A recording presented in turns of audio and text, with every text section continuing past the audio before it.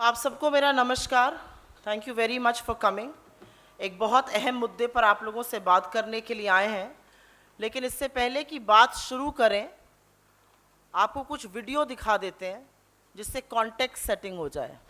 Can we play the video please?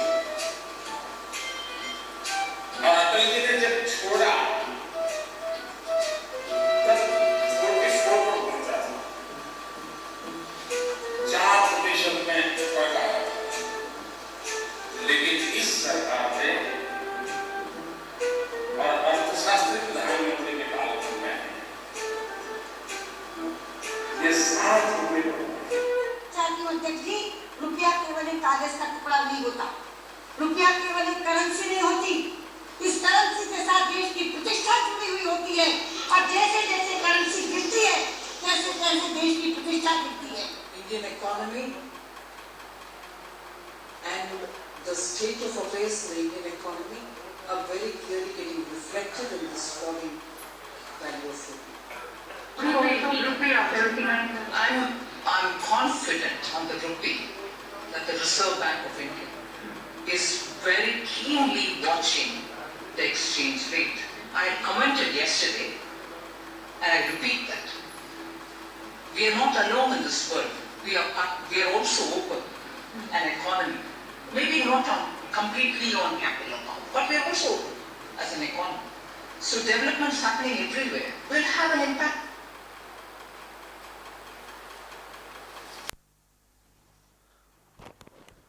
तो ये वक्तव्य दिखाने इसलिए ज़रूरी थे जिससे कि लोगों को याद रहे कि 2014 के पहले भाइयों और बहनों, रुपया उसी देश का गिरता है जहां की सरकार भ्रष्ट और गिरी हुई होती है। कभी कभी तो लगता है दिल्ली सरकार और रुपए के बीच में कंपटीशन चल रहा है, किसकी आबरू तेजी से गिर रही है और कौन आगे जाएगा। रुपया सिर्फ कागज का टुकड़ा नहीं है, देश की प्रतिष्ठा जुड़ी हुई है। ये हमारे शब्द नहीं है, ऐसे तमाम बड़े बड़े जुमले इस देश को जो 2014 के पहले सुनाए गए थे, और प्रत्यक्षम किम प्रमाणम हमने आपको वो दिखा दिए। लेकिन जो इतिहास में पहले कभी नहीं हुआ था, मोदी जी की कृपा से उनके स्वघोषित अमृतकाल में वो दिन भी देश ने देख लिया। रुपया 80 के पार चला गया $1 के मुकाबले। ये वही रुपया है जिसकी आबरू और इज्जत प्रधानमंत्री से जुड़ी रहने की बात स्वयं मोदी जी करते थे। तो क्या आज जिस तेजी से और जिस बेलगाम तरीके से रुपया गिर रहा है, कहीं मोदी जी की यह मंशा तो नहीं है कि पेट्रोल की तरह इसको भी शतक लगवा दिया जाए? 2014 से पहले मोदी जी खुद कहते थे एक मजबूत प्रधानमंत्री की जरूरत है मजबूत रुपए के लिए। लेकिन कितनी बड़ी विडंबना है कि जो तथाकथित मजबूत प्रधानमंत्री हैं वो ही रुपए के लिए सबसे हानिकारक साबित हुए हैं। इतिहास में रुपए को सबसे कमजोर करने वाले प्रधानमंत्री मोदी जी बन चुके हैं पिछले 8 साल में। पिछले 6 महीने में रुपया 7% गिरा है। और फिर से कोरोना, यूक्रेन, रूस, इनके पीछे छिपने की आवश्यकता नहीं है। जब हमने ऑफिस छोड़ा था 2014 में, तो रुपए और डॉलर का जो एक्सचेंज रेट था वो 58 रुपए प्रति रुपए डॉलर के बराबर था। आज 80 के पार है। तो थोड़ी गिरी हुई साख, थोड़ी गिरी हुई प्रतिष्ठा, थोड़ी उजड़ती आबरू की चिंता तो आप अपनी भी कर लीजिए मोदी जी, पहली बात। लेकिन इस रुपए का आम जनता पर क्या फर्क पड़ रहा है? क्या सिर्फ ये एक रिजर्व बैंक, नॉर्थ ब्लॉक, दलाल स्ट्रीट, मार्केट के बीच की बात है? बिल्कुल नहीं। निरंतर गिरते हुए रुपए का फर्क इस देश के हर नागरिक पर पड़ता है। ये कमर तोड़ महंगाई को और बढ़ाएगा। ये जरूरी कीमतें, चाहे पेट्रोल, डीजल, रसोई गैस के दामों को बढ़ाएगा, क्योंकि वो दाम बढ़ेंगे तो बस के किराए और ट्रेन के टिकट के दाम भी बढ़ेंगे। इसका सीधा असर घर में पकने वाले खाने और थाली पर होगा, क्योंकि खाने के तेल के दाम बढ़ेंगे। यही नहीं, एक कमजोर रुपए का असर टीवी, फ्रिज, मोबाइल फोन और ऐसी तमाम इलेक्ट्रॉनिक आइटम पर होगा जिनके बहुत सारे पुर्जे हम आयात करते हैं, उनको इंपोर्ट करते हैं। अब हो सकता है अगर ये बात वित्त मंत्री से पूछी जाए तो जैसे उन्होंने पहले कहा था कि मैं लहसुन प्याज नहीं खाती हूं, वो अब कह दें कि मैं तो भाई रुपए का भी इस्तेमाल नहीं करती हूं। लेकिन इसका असर भारत के हर नागरिक में पड़ेगा। जिस महंगाई से हम जूझ रहे हैं वो महंगाई और बदतर होने वाली है, ये बताना जरूरी है। अब एक बार बात कर लेते हैं कांग्रेस ने 2013 में क्या किया था और भाजपा क्या कर रही है। 2013 में फेडरल रिजर्व के चीफ, जो एक तरह से सेंट्रल बैंक जैसे हमारा आरबीआई है, जो अमेरिका का सेंट्रल बैंक फेडरल रिजर्व होता है, उनके चीफ तब बेन बर्नांके थे। उन्होंने टेपर का एक शब्द बोला था कि हम अपनी बॉन्ड्स को टेपर करेंगे, कम करेंगे। उसके चलते रुपया टूटा था, 15% गिरा था रुपया मार्च से अगस्त 2013 के बीच में। लेकिन 4 महीने के अंतर मल्टी प्रोंग्ड अप्रोच से पहले फाइनेंस मिनिस्ट्री और आरबीआई का जो साझा प्रयास था, उस मल्टी प्रोंग्ड अप्रोच के चलते रुपया जो 59 से गिरकर 69 तक चला गया था, उसको वापस 58 पे लाया गया। जो ग्रोथ रेट 5.1 तक गिर गई थी, उसको एक साल के अंदर 6.97% के आसपास किया गया।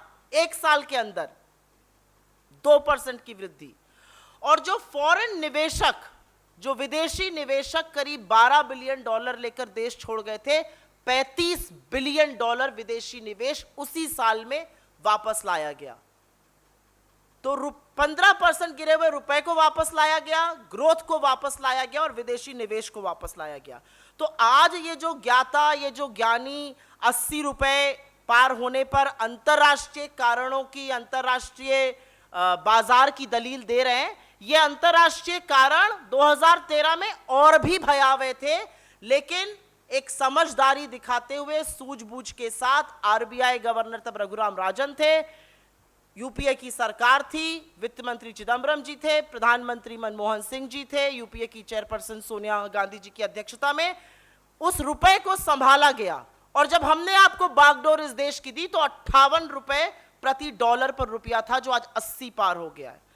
22 रुपया गिरना तो सच में गिरी हुई प्रतिष्ठा और गिरी हुई आबरू है।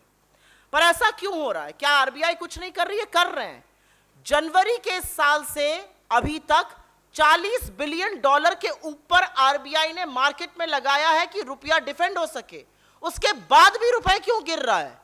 क्योंकि निवेशकों को इस सरकार की नीति में, इस सरकार के कानून में, इस सरकार की अर्थव्यवस्था को चलाने की क्षमता में रत्ती भर भी यकीन नहीं है, और इसलिए पैसा देश से बाहर जा रहा है।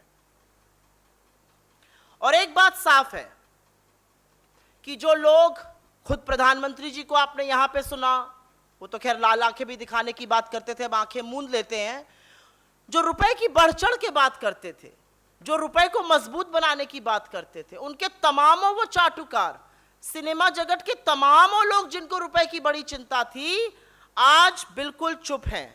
पर इस सुई पटक सन्नाटे से तो काम बनेगा नहीं, रुपए के बारे में कुछ करना पड़ेगा और यह स्वीकारना पड़ेगा कि रुपए के गिरने का कारण बेलगाम महंगाई और एक ध्वस्त अर्थव्यवस्था है।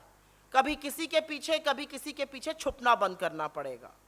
लेकिन हर बार की तरह इस बार भी सरकार पूरी तरह से दिशाहीन नजर आ रही है और संशय और डर यह लगता है कि कहीं साहब 80-90 पूरे 100 करने पर तो नहीं आमादा है रुपए के साथ भी। और अंत में अपनी बात यही कह के खत्म करेंगे कि रुपए के लिए मोदी जी आप हानिकारक हैं। जिस रुपए को संभालना था उस रुपए को पहले आपने रिटायर किया 60 पार करा के, फिर 75 पार करा के मार्गदर्शक मंडल में डाला और अब 80 पार करा के लगता है आप शतक की तरफ बढ़ने को रुपए को मजबूर कर रहे हैं। तो जागिए, समझिए और रुपए को संभालिए, क्योंकि जैसा कि आप कहते थे, शायद आपकी साख प्रतिष्ठा और आबरू उजड़ती जा रही है।